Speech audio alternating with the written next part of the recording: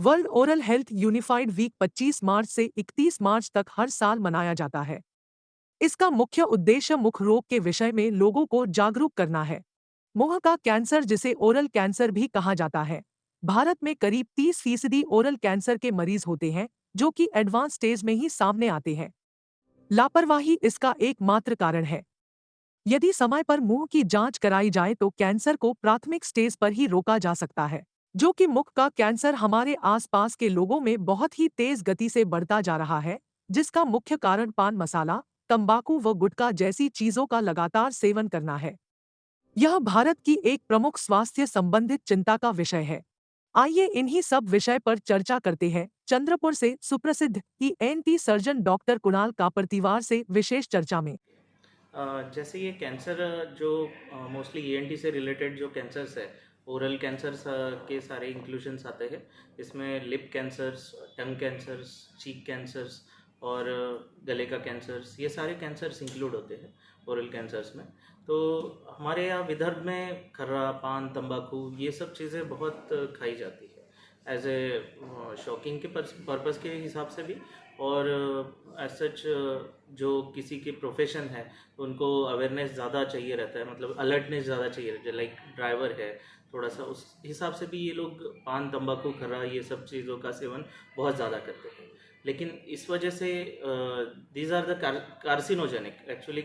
Oral जो cancers है उसमें ये कार्सिनोजेनिक का काम करते हैं, जो मतलब कैंसर जन्य पदार्थ होते हैं उस टाइप का काम करते हैं। और जेनेटिक होता है, मतलब किसी के अनुवंशिक के हिसाब से उसके जो जीन्स है उसके हिसाब से वो किसी किसी में जल्दी डेवलप होता है, किसी किसी में लॉन्ग टर्म में डेवलप हो सकता है। तो ये ओरल कैंसर जो है इसको जल्दी से डिटेक्ट करना बहुत ज़्यादा ज़रूरी है, और उसके लिए अवेयरनेस करना बहुत ज़्यादा ज़रूरी है। और कुछ चीज़ें हैं जो कैंसर्स है वो उसके ऑक्यूपेशन से रिलेटेड जो डिसीज़ है उसके हिसाब से भी होते हैं। जैसे वुड वर्कर्स वगैरह है, जो वुड कैंसर्स, मतलब वुड वर्कर जो सुतार होते हैं, जो लकड़े का काम करते हैं, उनमें मैक्सिला जो अपना ये गाल का कैंसर है वो ज़्यादा देखने के लिए मिलता है, क्योंकि दैट इज़ द मतलब कैंसर जन्य पदार्थ जो यहाँ पे सबसे ज़्यादा एक्ट होता है। सबसे पहले तो पहचानना बहुत ज़्यादा ज़रूरी है। जो गांव खेड़े में रहते हैं उनको कैसे है, सादा एक छाला आता है तो वो लोग ध्यान नहीं दे पाते इस चीज़ के लिए। छोटा सा छाला है, निकल जाएगा, इसको कहते कहते वो चीज़ बहुत बड़ी हो जाती है। और सबसे पहले उसको पहचानना ज़रूरी है। वो सादा छाला करके उसके लिए छाले का ट्रीटमेंट करते रहते हैं, बट वो छाला कैंसर जन्य हो सकता है या नहीं, इसके लिए जांच करना बहुत ज़रूरी है। तो उसके हिसाब से जो पेरिफेरल लेवल्स के डॉक्टर्स हैं उनको भी जानना ज़रूरी है कि जब फर्स्ट टाइम पेशेंट आता है ओरल अल्सर के लिए तो वो अल्सर कैंसर का है या सादा अल्सर है, ये भी डिफ्रेंशिएट करना बहुत ज़रूरी है। तो उसमें जो सबसे इम्पॉर्टेंट चीज़ है, जो अल्सर के जो मार्जिन्स है या फिर जो भी अल्सर्स है उसमें अगर कड़कपना है या फिर उसको टच करने से ब्लीड हो रहा है तो वो एक कैंसर हो सकता है। तो ये सब चीज़ें इम्पॉर्टेंट है। तो ये इवन डॉक्टर्स के हिसाब से और पेशेंट को भी डॉक्टर के पास जल्दी जाना है कि मुंह में छाला हो गया है तो एटलीस्ट उसका इलाज जल्द से जल्द कराओ, क्योंकि कैंसर कोई भी कैंसर है जिसमें सबसे कम स्टेज में जो अगर वो डिटेक्ट होता है और उसका ट्रीटमेंट होता है तो वो बहुत अच्छे से क्यूरेबल होता है। उसका रिजल्ट्स बहुत अच्छे से आते हैं और डिफॉर्मिटी भी बहुत कम आती है। प्रिवेंशन के लिए सबसे इम्पॉर्टेंट जो चीज़ बताइए, तो जो भी अपन खाते हैं, जैसे जो भी व्यसन है हम लोगों को, स्मोकिंग है, ड्रिंकिंग है, जो दारू पीना है और तंबाकू, सुपारी, खर्रा, ये सब चीज़ें जो लोग खाते हैं इसका सेवन बिल्कुल बंद कर देना चाहिए। मोस्टली जो स्मोकिंग है, ड्रिंकिंग है, ये जो चीज़ें हैं नाउ डेज आर इंक्रीजिंग, तो उसका सेवन अगर प्रमाण मात्रा में हो तो इट्स ओके, क्योंकि अभी सरकार ने भी स्मोकिंग के ऊपर लिखते हैं कि these are injurious to health, but लोग उसके लिए ज़्यादा अवेयरनेस नहीं दिखाते। तो ये सारी चीज़ें आपको छोड़नी पड़ेगी, उसके बाद आप कैंसर में डेवलप नहीं होगा ओरल कैंसर। और किसी किसी में ये लेने के बाद भी सालों साल नहीं डेवलप होता है, तो ये एक आनुवंशिकता भी बहुत ज़रूरी है उसमें। किसी किसी के जीन्स इतने जल्दी वो डेवलप कर जाते हैं कैंसर्स में, तो एक आनुवंशिक फैक्टर भी बहुत है। साथ साथ में आपने जैसे बोला है कि प्रदूषण बहुत बढ़ रहा है, तो प्रदूषण के कारण भी जो एनवायरमेंटल चेंज होता है, दैट इज़ मतलब वो भी अपने इम्यून सिस्टम पे बहुत एक्ट करता है, उसके वजह से ये सारी चेंजेस बहुत जल्दी डेवलप हो सकते हैं। तो ये सब चीज़ें अवॉइड करना सबसे ज़्यादा ज़रूरी है। हमारे हाथ में ये जो व्यसन है इसको छोड़ना अपने हाथ में है। जैसे मैंने आपको बताया, सबसे पहले तो सिम्टम्स, जो छाला आता है उस छाले को पहचानना ज़रूरी है, सादा छाला है या कैंसर जन्य छाला। अगर छाले में हाथ लगाने से, उसको टच करने से ब्लड आ रहा है या फिर वो कड़क छाला हो रहा है, तो वो कैंसर का लक्षण हो सकता है।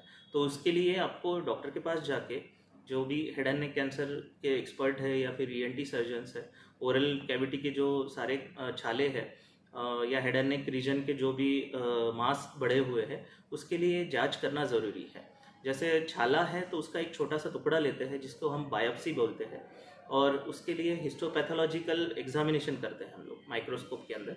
उसके हिसाब से वो रिपोर्ट्स आने के बाद पता चलता है कि वो कैंसर है या नहीं। ये एक पार्ट हो गया। दूसरा एक पार्ट है जो अंदर के हिडन कैंसर्स है, उसके लिए कुछ रेडियोलॉजिकल इन्वेस्टिगेशंस होती है। किसी किसी चीज़ में एफएनएसी करके एक होती है, जो छोटी सी सुई डाल के स्वेलिंग में हम लोग एक उसका पानी निकाल के वो भी माइक्रोस्कोप के अंदर एग्जामिन करते हैं। तो ये सारी डायग्नोस्टिक प्रोसीजर्स है, और ये जल्द से जल्द कराई जाए और जल्द से जल्द इसका इलाज किया जाए तो हर कैंसर का इलाज बहुत संभव है। सबसे पहले तो जो भी कैंसर्स है ओरल जो रिलेटेड है, हेड एंड नेक से रिलेटेड है, जो कैंसर का जो सर्जरी हो सकता है जिस कैंसर में, वो अगर होता है तो उसके बेस्ट रिजल्ट्स है।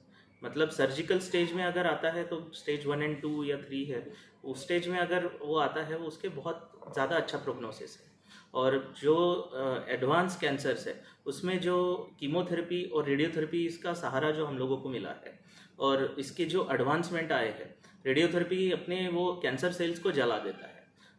तो उसमें कैसा है, जो पहले की मशीन्स थे कोबाल्ट 60 वगैरह, उसमें कैसा है वो पूरा एरिया ख़राब कर देता था। बट नाउ डेज जो आजकल जो मशीनरीज आई है नई नई तरह के, जो उसके हिसाब से जो पर्टिकुलर एरिया में कैंसर है उसी एरिया में अपने को वो एक्सपोजर मिलता है, और ज़्यादा नॉर्मल सेल्स उसमें ख़राब नहीं होते। और जो कीमोथेरेपी में भी बहुत ज़्यादा एडवांसमेंट हुए हैं, उसके हिसाब से भी बहुत अच्छे रिजल्ट्स आजकल आते हैं। मैं डॉक्टर कुणाल कापरतिवार, जो चंद्रपुर में इसेंस ईएनटी क्लिनिक नाम का मेरा क्लिनिक है, जो गोल बाजार वार्ड में near state bank of India main branch के पास स्थित है। और मेरे पास वो सारे जो नए उपकरण है जिसके लिए अपने को इवन नोजल कैंसर्स है, जो ईयर कैंसर्स है, उसके लिए जो एंडोस्कोपिक प्रोसीजर्स है वो जो देखने के लिए इम्पोर्टेंट है, वो सब चीज़ें उपलब्ध है। साथ साथ में सब बायोप्सी करने के लिए जो भी चीज़ें जो साधन अवेलेबिलिटी होनी चाहिए वो सारी उपलब्धता है। और मैं जिस हॉस्पिटल से जुड़ा हुआ हूँ, शांति ज्योत हॉस्पिटल चंद्रपुर से जो जुड़ा हुआ हूँ, उसमें सारी ऑपरेटिव फैसिलिटीज़ अवेलेबल है। तो उसके हिसाब से जो कैंसर का बहुत अच्छा इलाज वहाँ पे हम लोग कर सकते हैं।